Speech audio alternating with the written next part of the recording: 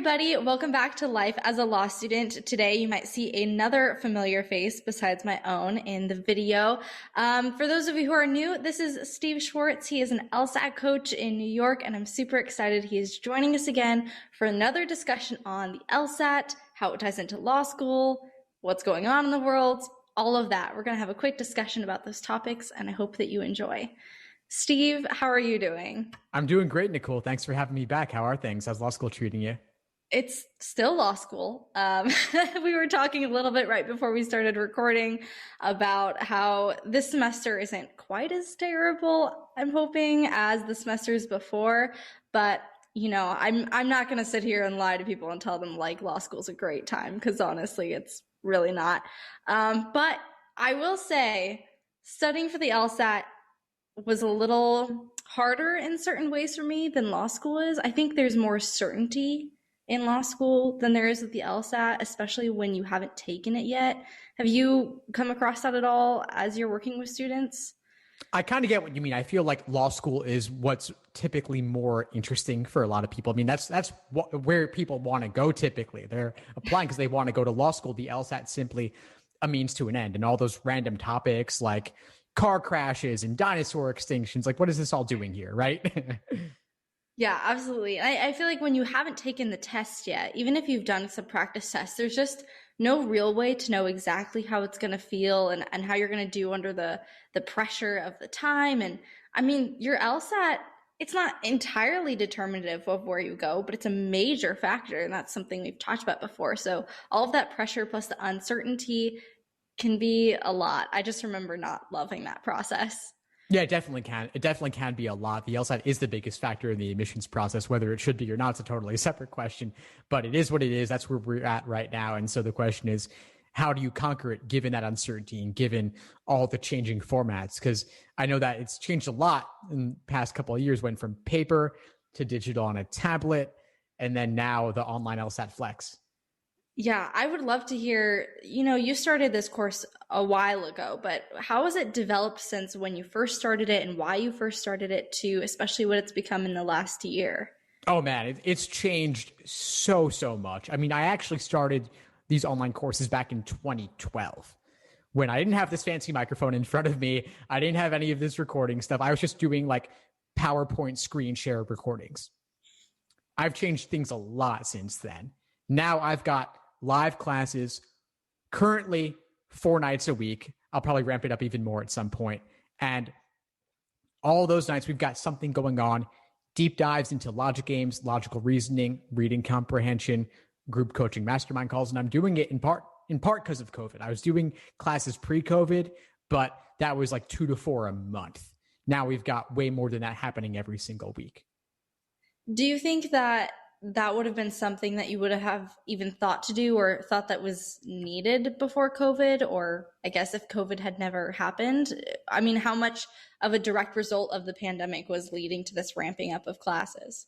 I would say it probably had a pretty significant impact. I mean, because in-person prep is no longer an option. And so I was doing in-person classes before. I don't know that I could have offered in-person on top of what I'm doing online now. So it's been nice to be able to do it online. It's also a better recording experience. You can have a better microphone, better lighting, better video. You could always have that set up perfectly. And then students from anywhere in the world can connect. I was going to say, that sounds like the biggest benefit to me. I mean, I know some people don't love the format of online learning, myself included, but there certainly is a benefit to being able to have access to people that otherwise would have been totally out of reach just from a physical location standpoint. Oh, no, I think it's even better, honestly, because there's no commuting time. You never have to be late. You can connect from your phone wherever you are. If you ever miss one, the recordings are easy for me to upload and get into the course as soon as possible, typically within a day or two. And the recording qualities are better. I think with an in-person class, typically there was never any recording provided. And if there was, it might take quite a while. So I think that's nice that you can get that. And then also you form those connections with students to form study groups easily outside of class too. Yeah, that was definitely the case for me. Being in person in law school, I don't know. I personally am not a super extroverted person, so it was kind of hard for me to find people and meet up with them to study on a regular basis. But last semester, I had a study partner for 3 of my classes, and we would just like talk on Zoom every night. It ended up being a really, really helpful tool for me that I don't know that I would have had the advantage of had we been in person. But yeah, I wanted to kind of talk about too the differences that I've seen now that I've been in law school for a little while. I'm more removed from the LSAT. I still get lots of questions about the LSAT. And I'm like, I don't know. I don't know anymore. Like, you should have asked me 2 years ago.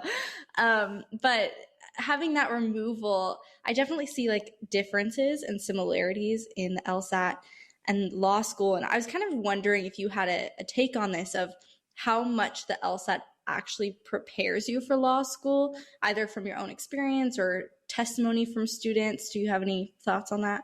Yeah, sure. Well, I mean, first of all, I should add the caveat that I have not gone to law school. Right. I hear the stories of my students who go on to law school and I hear about what it's like, but I got so sidetracked with the LSAT, I never ended up even going.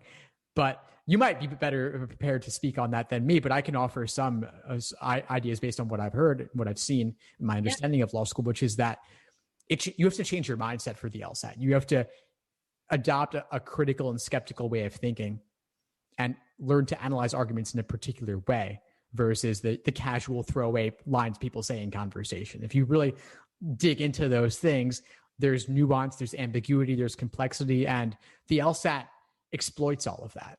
And my understanding is that law exploits a lot of that as well. And that's where some of these interesting debates can happen. How's that all sound to you? I think that's definitely a good point. Like, the one thing I would say that the LSAT does well is gives you, as far as preparing you for law school goes, is it gives you an idea of how well you're going to be able to follow the logical structures that are needed to make any kind of argument. Whether or not you end up going into litigation or you're just doing contract law or real estate, whatever it is, there's going to be some aspect to your job that's going to be, okay, how do I get from step A in my logic to C in persuading whoever my audience happens to be that I'm right, whether that's a client or a courtroom. So I think that the LSAT requires and demonstrates a person's ability to make those steps, and you have really specific certain circumstances in all three of the sections, in addition to writing, that require you to kind of exercise that muscle in your brain, which is going to be needed all the time in law school. That being said, I would absolutely tell people that are struggling with the LSAT that doesn't mean you're going to struggle in law school. Like, you can be bad at the LSAT and good in law school. They are so not like correlated things in my mind, at least. So I think and vice versa, like if you do really well on the LSAT, that doesn't mean law school is going to be a breeze. I mean, I did relatively well on the LSAT. I had a 169, and I mean, some people might say like, if you're not 170s, like, don't even talk to me. But I think if you're like over 150, like, good on you. So I did relatively well. And law school is still super, super challenging. I am pretty much smack dab in the middle of my class at Washington University, which is a top 20 law school. So that's a very comfortable place for me to be in. But I just want to tell people, like, no matter how you feel about the LSAT, there really is no bearing on your ability to be a lawyer or a law student and to do that well. I agree 100%, by the way. I see so many stories of folks who score below 150 and still do fantastic in law school. It could just be that, the LSAT as a standardized test doesn't speak to your strengths, but that classroom experience changes the nature of your understanding of the legal stuff in law school itself, such that you could do fantastic in law school. And then there's the whole separate, and then, as you said as well, you could rock the LSAT and then not put in the work on the law school side or not do well in that written exam format. And that could change things. And then there's the whole separate question beyond that of performance as a lawyer, what your success is in the legal field in your career after the fact is even more disconnected from the LSAT. Yeah. Business skills, networking. Yeah. Oh, sorry. I was going to say, I would argue that goes for law school too. Like, people who are bad in law school could be great lawyers. I mean, our now president of the United States was like at the bottom of his law school class. Right. So obviously try hard on the LSAT. Do the best that you can to get into the best school that you can for the kind of lawyer that you want to be. Like, that's a natural progression and a good goal to have. But if any of those goals isn't quite met in your journey, don't be discouraged that the entire trajectory of your life is thrown off now, because that's just simply not the case. If anyone has any questions about that, you can leave that in the comments below. But if you're especially excited about working with Steve and seeing other things he has to say, there are plenty of other videos on my channel where he's been featured. I will include a link to all of his stuff as well as those videos in the description below. Check out all of Steve's stuff and his videos. He has amazing resources that I used when I was studying for the LSAT, and again, got great results. So Steve, thank you as always so much for being a guest on my channel. You're welcome anytime. And do you have any final parting words for our viewers today? No, thanks so much for having me on, Nicole. I would just say again, you are not your LSAT score. Just to wrap that up, you are not your score. You can improve significantly based on your starting point, but even if it doesn't happen for you, that's okay. You can still go to a great law school and become a great attorney. If you're looking for that support, then do check out that link in the description, because I've got a ton of resources to help you out. Absolutely. Well, thank you again. And thank all of you for watching. If you haven't yet, please subscribe to my channel and to Steve's. And until next time, God bless.